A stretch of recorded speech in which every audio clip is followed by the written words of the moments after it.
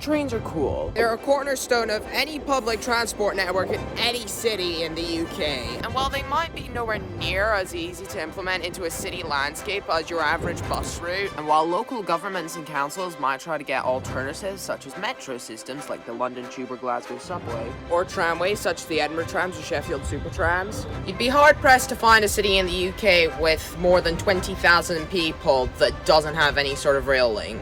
However, there are two cities in the UK I could think of that have utterly awful rail networks, those being Leeds and Edinburgh. The difference between the two being that Edinburgh's public transport network as a whole is one of the best in Scotland and one of the best in the UK bar London, whereas Leeds' public transport network is UK renowned for being absolutely shit. However, Edinburgh used to have a thriving train network with trains to pretty much everywhere in the city. I mean, did you ever know that there was a train station in Niddry? What about Blackford? Or Drylaw? Murrayfield? Hell, what if I told you that the Tesco Ox Gangs used to be a train station? Would you believe me?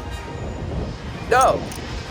And rightfully so, it never was a station. But another massive Tesco in Edinburgh used to be a train station, and I will be visiting it in this series, along with dozens upon dozens of other stations. This is The Abandoned.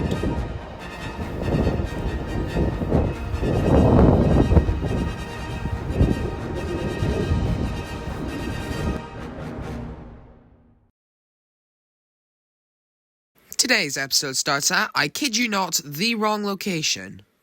I have no idea how this happened.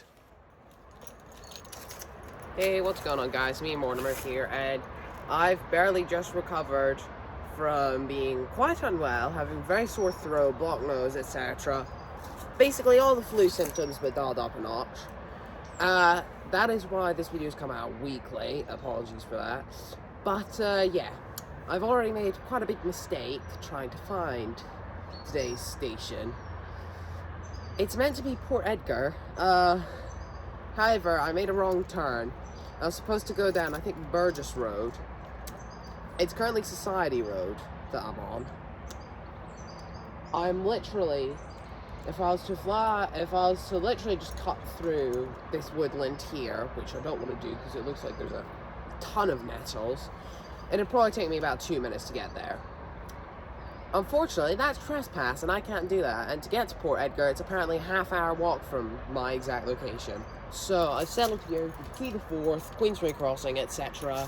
Might not get the good thumbnail shot that I wanted, but I honestly can't be arsed to do much walking today. So yeah, I think out of all the stations I've reviewed in this series thus far, I think Port Edgar was opened for the shortest amount of time.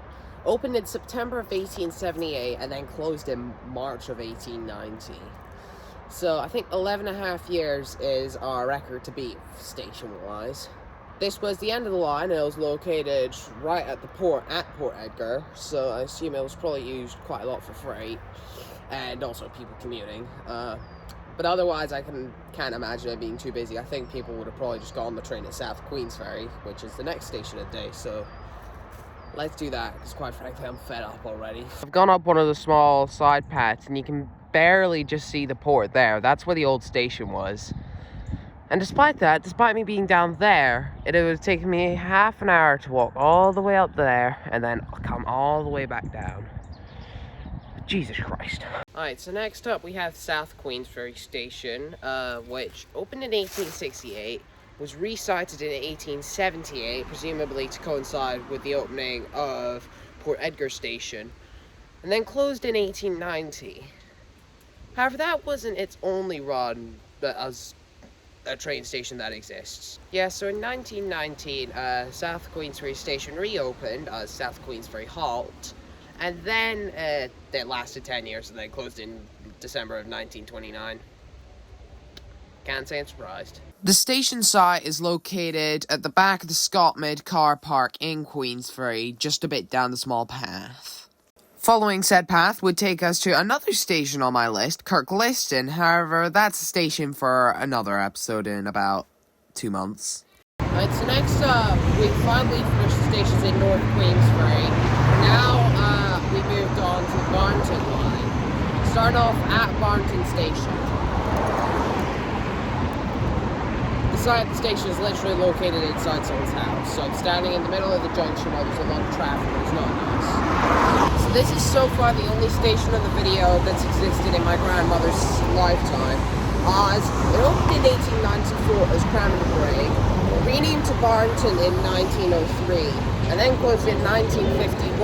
That's like a good 20 years after South Queensferry, 22 years. Otherwise, there really isn't anything to say about it, and I'm quite hungry, so I'm going to try and see if, with the 82 pence I have in my purse, I can see if I can get myself lunch in Scotland. Alright, so the next station of the day is Davidsons Mains, which was originally called Barnton Gate when it opened. So yeah, unlike Barnton, Davidsons Mains station opened in 1894 as Barnton Gate, was renamed to Davidsons Mains in 1903, and then closed in 1951.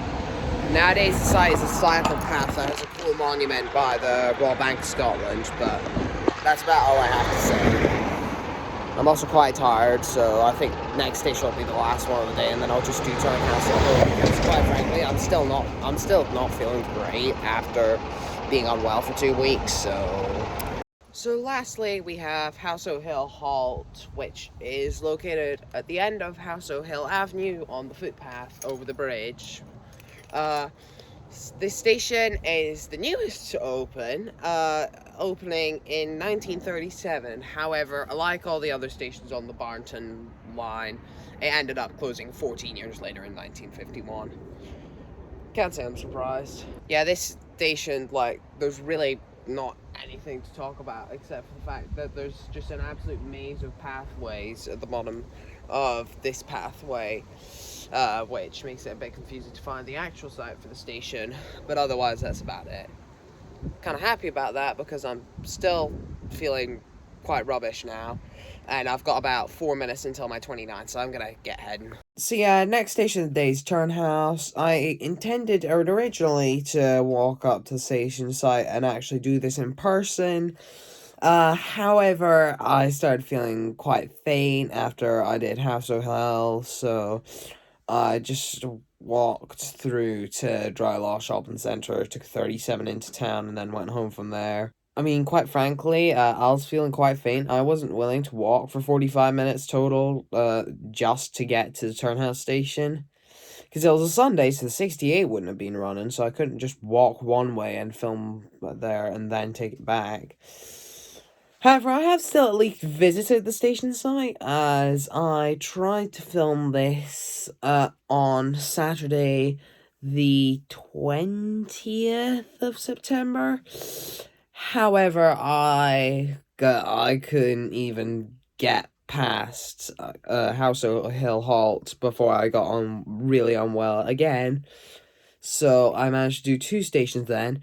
And then I was going to keep that footage and then come back to this when I felt better. However, me being the idiot I am, I ended up deleting that footage, so I wasn't able to do that, so hence why I'm filming from the comfort of my house. Turnhouse Station opened in 1897 and lasted 33 years before closing in 1930, and it is located on the section of track which still exists to this day and is the main train corridor between Edinburgh and Fife, which lays between Dalmeny and Edinburgh Gateway Station. The station was located just south of Turnhouse Road, and I have thought quite a few times about the potential of Turnhouse Station potentially reopening.